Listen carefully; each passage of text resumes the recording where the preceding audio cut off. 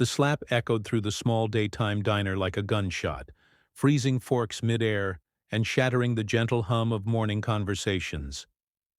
81-year-old war veteran Arthur Hemsley staggered, one hand gripping the table to steady himself, his thin frame trembling from the blow delivered by a man half his age but twice as cruel.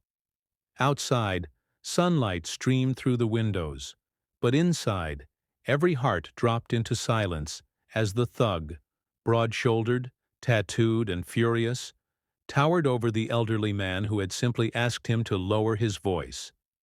No one dared to move. No one dared to breathe. And then the bell over the diner door jingled. Before we continue, if you believe in kindness, respect, and second chances, please like this video, comment your thoughts, share it with others, and subscribe to Touch of Kindness. It helps us bring more true-to-life, inspiring stories to the world. The morning had started peacefully for Arthur.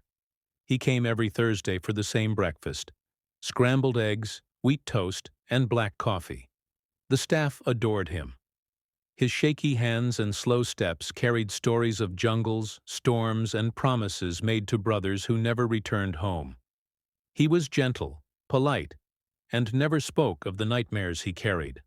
But that day, a man named Rico Valan, known around town for losing his temper faster than he gained respect, stomped into the diner already angry at the world. He yelled into his phone, cursed at the waitress, and shoved chairs aside like they owed him something. Arthur, with the quiet dignity that never left him, simply told the man he was disturbing people. That's when Rico spun, shouted something hateful, and struck him across the face.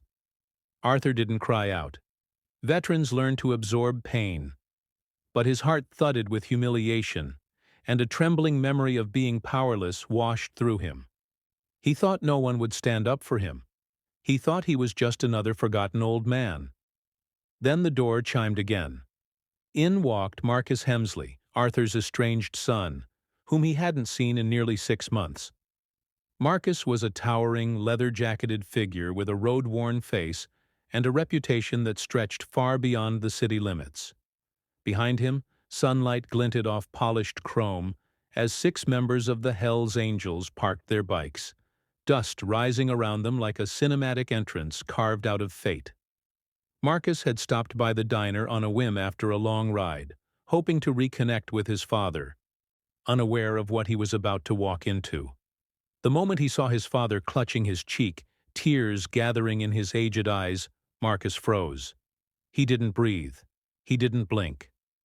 Something ancient and protective snapped awake inside him. The other bikers sensed it too. The diner seemed to shrink, tension coiling like a storm ready to strike.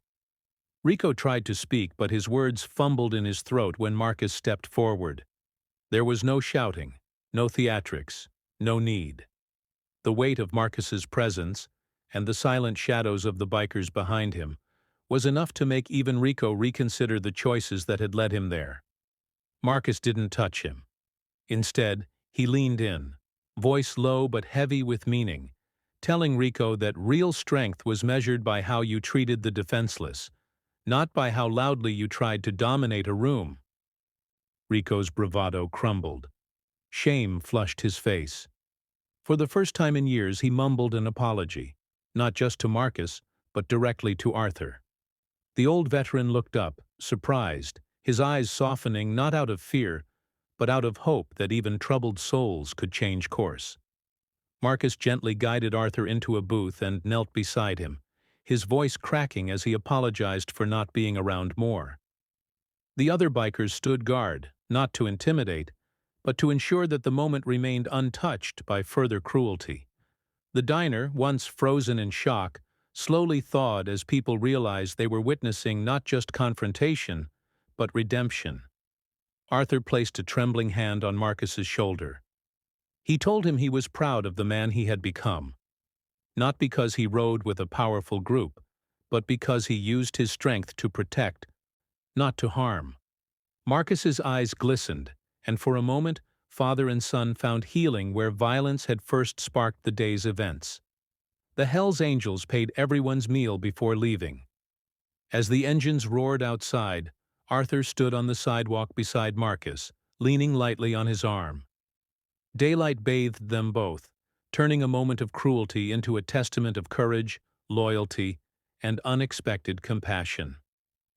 Rico watched from the window, realizing he still had time to choose a different life.